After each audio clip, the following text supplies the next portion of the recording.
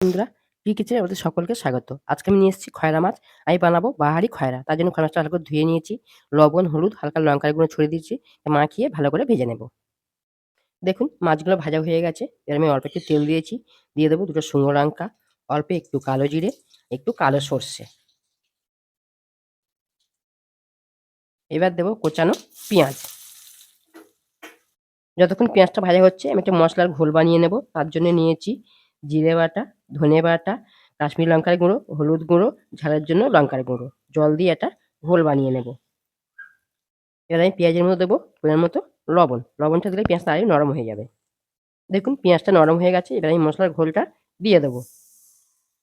দিয়ে কষিয়ে নেব। দেখুন মসলা খুব ভালো করে কষানো হয়ে গেছে। মশলা থেকে তেল ছেড়ে দিয়েছে। এবার আমি দিয়ে দেবো পরিমাণ মতো জল। এটা আমি ফোটার জন্য অপেক্ষা করব। এবার আমি মাছগুলো দিয়ে দেবো। এবারে দেবো উপর থেকে কাঁচা লঙ্কা বাটা আর সর্ষে বাটা দিয়ে ২ মিনিট ফোটাবো। ফুটিয়ে উপর থেকে কাঁচা সর্ষের তেল দিয়ে আমি নামিয়ে নেব।